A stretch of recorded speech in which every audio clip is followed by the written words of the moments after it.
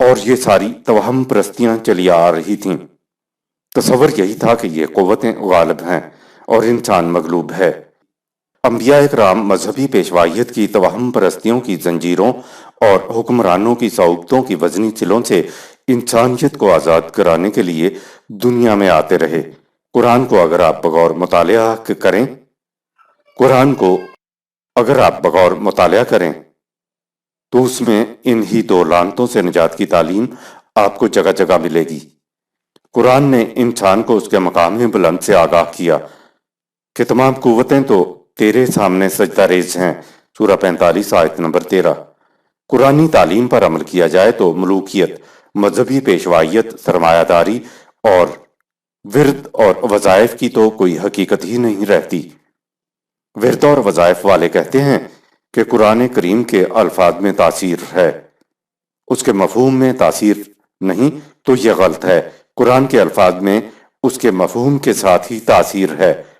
جس قدر مذہب اور تصوف پھیلے گا اسی قدر توہم پرستیاں پھیلیں گی اور اسی قدر آپ شرف انسانیت کے مقام سے نیچے گرتے چلے جائیں گے۔ آیت نمبر 157۔ فَأْتُوا بِكِتَابِكُمْ إِن كُنتُمْ صَادِقِينَ۔ لاؤ پیش کرو خدا کی کتاب جس میں تمہارے یہ عقائد لکھے ہوں اگر تم اپنے دعوی میں سچے ہو۔ آیت نمبر 158۔ وَجَعَلُوا بَيْنَهُ وَبَيْنَ الْجِنَّةِ نَسَبًا وَلَقَدْ عَلِمَتِ الْجِنَّةُ إِنَّهُمْ لَمُحْضَرُونَ۔ اور انہوں نے خدا اور کائنات کی اندیکھی پوشیدہ مخلوق کے درمیان میں رشتہ جوڑ رکھا ہے۔ اندیکھی مخلوق کو خوب معلوم ہے کہ وہ تعمیل ارشاد کے لیے قوانین خداوندی ہی کی زنجیروں میں جکڑی ہوئی ہیں۔ آیت نمبر 159۔ سبحان اللہ عما یصفون۔ خدا کی ذات ان کی توہم پرستیوں سے بہت دور اور بلند ہے جو یہ لوگ اس کی طرف منسوب کرتے ہیں۔ آیت نمبر 160۔ الا عباد اللہ المخلصین۔ ہاں جو خدا کے مخلص بندے ہیں وہ اس قسم کی لغو اعتقادات نہیں رکھتے۔ آیت نمبر 161۔ فَإِنَّكُمْ وَمَا تَعْبُدُونَ۔ سو اے مخالفو سن رکھو کہ تم اور تمہارے معبود جن کی تم پرستش کرتے ہو۔ آیت نمبر 161۔ ما انتم علیہ بفاتنین۔ وہ ہمارے مخلص بندوں کو خدا کی راہ سے نہیں ہٹا سکتے۔ آیت نمبر 163۔ الا من هو صال الجحیم۔ خدا کی راہ سے وہی منحرف ہوتا ہے جو اپنے آپ کو جہنم میں لے جانا چاہے۔ آیت نمبر 164۔ وما منا الا له مقام معلوم۔ آیت نمبر 164۔ وما منا الا له مقام معلوم۔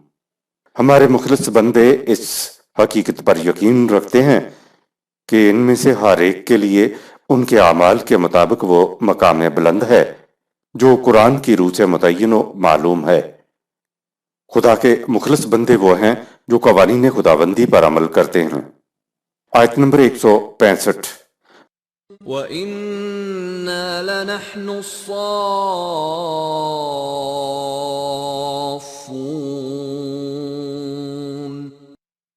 مخلص بندے کہتے ہیں کہ ہم تو نظام خداوندی کے قیام و بقا کے لیے ہمیشہ صف بستہ کھڑے رہیں گے۔ آیت نمبر 166۔ وَإِنَّا لَنَحْنُ الْمُسَبِّحُونَ۔ اور عمر پر ہم نظام خداوندی کے قیام و بقا کے لیے پوری طرح سرگرم عمل رہیں گے۔ آیت نمبر 167۔ وَإِن كَانُوا لَيَقُولُونَ۔ یہ لوگ قریش اکثر کہا کرتے تھے کہ آیت نمبر 168 لو أن عندنا ذكرا من الأولين اگر ہماری طرف بھی اقوام سابقہ کی طرح کوئی کتاب آئی ہوتی تو آیت نمبر 169 لكنا عباد الله المخلصين ہم بھی خدا کے مخلص بندے بن جاتے۔ آیت نمبر 170 فكفروا به فسوف يعلمون لیکن اب یہ کتاب آئی ہے تو انہوں نے اسے ماننے سے انکار کر دیا ہے، سو انکار کرنے کا نتیجہ بہت جلد ان کے سامنے آ جائے گا۔ اتمام حجت کے لیے قرآن 1300 سال سے مسلمانوں کے پاس ہے۔ قرآن کہہ رہا ہے کہ جب خدا کا پیغام آ گیا تو اب اس سے کفر برت رہے ہیں۔ کیا آج قرآن ہم مسلمانوں کے ہر گھر میں موجود نہیں ہے؟ کیا اب ہم اتمام حجت ہونے کے بعد اس کتاب عظیم سے کفر نہیں برت رہے ہیں؟ رسول اللہ صلی اللہ علیہ وسلم سے پہلے تو قریش کہتے تھے کہ اگر ہماری طرف بھی کتاب آ جاتی تو ہم خدا کے مخلص بندے بن کر دکھا دیتے۔ اب 1300 سال سے یہ کتاب اپنی اصلی حالت میں ہمارے پاس ہے، کروڑوں حفاظ کے سینوں کے اندر یہ محفوظ ہے۔ کتاب کو اتنا دہرایا جاتا ہے کہ دنیا کی کوئی کتاب اتنی نہیں دہرائی جاتی۔ لہٰذا کیا آپ مسلمان کہہ سکتے ہیں کہ اگر ہمارے پاس کتاب ہوتی تو ہم اس سے کفر نہ برتتے؟ کتاب کا آ جانا، رسول اللہ صلی اللہ علیہ وسلم کا آ جانا مسلمانوں کے لیے تمام حجت ہو گیا ہے، تو اب تو صرف نتیجہ ہی سامنے آنا ہے، اور نتیجہ مسلمانوں کے سامنے ہے کہ وہ مذہبی توہم پرستیوں کی زنجیروں میں جکڑے ہوئے ہیں اور انسانوں پر انسانوں کی حکومت کی وزنی سلوں کے نیچے دبے ہوئے ہیں۔ ان زنجیروں اور ان سلوں سے نجات دلانے کے لیے ہی تو قرآن آیا تھا۔ آیت نمبر 171 وَلَقَدْ سَبَقَتْ كَلِمَتُنَا لِعِبَادِنَا الْمُرْسَلِينَ اور مرسلین کے بارے ہم نے پہلے ہی یہ فیصلہ کر رکھا ہے، یعنی ہمارا قانون یہ ہے کہ آیت 172 إِنَّهُمْ لَهُمُ الْمَنصُورُونَ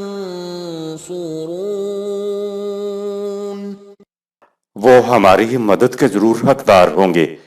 آیت نمبر 173 وَإِنَّ جُندَنَا لَهُمُ الْغَالِبُونَ اور وہ ہماری جماعتیں جو ہمارے دین کے قیام و بقا کے لیے سینہ سپر ہوں گی، وہ ہمارا لشکر ہیں، وہ اپنے مخالفین پر غالب رہیں گے۔ آیت نمبر 174 فَتَوَلَّ عَنْهُمْ حَتَّى حِينٍ سو اے رسول ان مخالفین کی طرف سے آراز برتو، یعنی ان سے کنارہ کش ہو جاؤ اور جماعت کی تنظیم کرو۔ آیت نمبر 175 وَأَبْصِرْهُمْ فَسَوْفَ يُبْصِرُونَ ان مخالفین پر نظر رکھو کہ یہ کیا کرتے ہیں، بہت جلد یہ اپنی مخالفت کا انجام دیکھ لیں گے۔ آیت نمبر 176 أَفَبِعَذَابِنَا يَسْتَعْجِلُونَ کیا یہ لوگ ہماری طرف سے اپنی تباہی کے لیے جلدی مچاتے ہیں؟ آیت نمبر 177 فَإِذَا نَزَلَ بِسَاحَتِهِمْ فَسَاءَ صَبَاحُ الْمُنذَرِينَ حقیقت یہ ہے کہ جن لوگوں کو غلط روش کے تباہ کن نتائج سے آگاہ کیا جا رہا ہے، جب ہماری طرف سے تباہی ان کے صحنوں میں اترے گی تو ان لوگوں کی صبح بہت ہی بری ہوگی۔ صحن خانہ میں اترنے والی تباہی بڑی خوفناک ہوتی ہے۔ قریش کہا کرتے تھے کہ جس تباہی کی تم دھمکی دیتے رہتے ہو اس کو لاتے کیوں نہیں ہو، اسے جلدی لاؤ۔ ان کی اس بات کا جواب بڑے ہی حسین انداز میں دیا گیا کہ جب وہ تباہی ان کے صحن خانہ میں اترے گی تو ان کی وہ صبح ان کے لیے بڑی ہی منحوس ہوگی۔ یہ تباہی جلد ہی ان کے صحن مکہ میں اتر آئی تھی، جس کے نتیجہ میں کعبہ پر جماعت مومنین کا قبضہ ہو گیا تھا۔ آیت نمبر 178 وتول عنهم حتى حين تو اے رسول کچھ دنوں کے لیے ان سے پہلو تہی کرو۔ آیت نمبر 189۔ وأبصر فسوف يبصرون انتظار کرتے ہوئے ان پر کڑی نظر رکھو، وہ بہت جلد اپنی مخالفت کے انجام کو دیکھ لیں گے۔ آیت نمبر 180۔ سبحان ربك رب العزة عما يصفون تیرا رب ہر قسم کے غلبہ و اقتدار کا مالک ہے، وہ ان کے باطل عقائد سے بہت دور اور بلند ہے۔ آیت نمبر 181۔ وسلام على المرسلين دیکھو ہمارے قوانین کے مطابق زندگی بسر کرنے کی وجہ سے ہمارے پیغمبر کیسے امن و سلامتی میں رہے۔ آیت نمبر 182۔ والحمد لله رب العالمين اور دنیا دیکھ لے گی کہ قوانین خداوندی کے مطابق متشکل نظام جو اقوام عالم کی نشو و نما کا ضامن ہے کس قدر سرتاپا سزاوار حمد و ستائش ہے۔ صدق اللہ العظیم۔ یہاں سورہ الصافات اختتام پذیر ہوتی ہے۔ شکریہ۔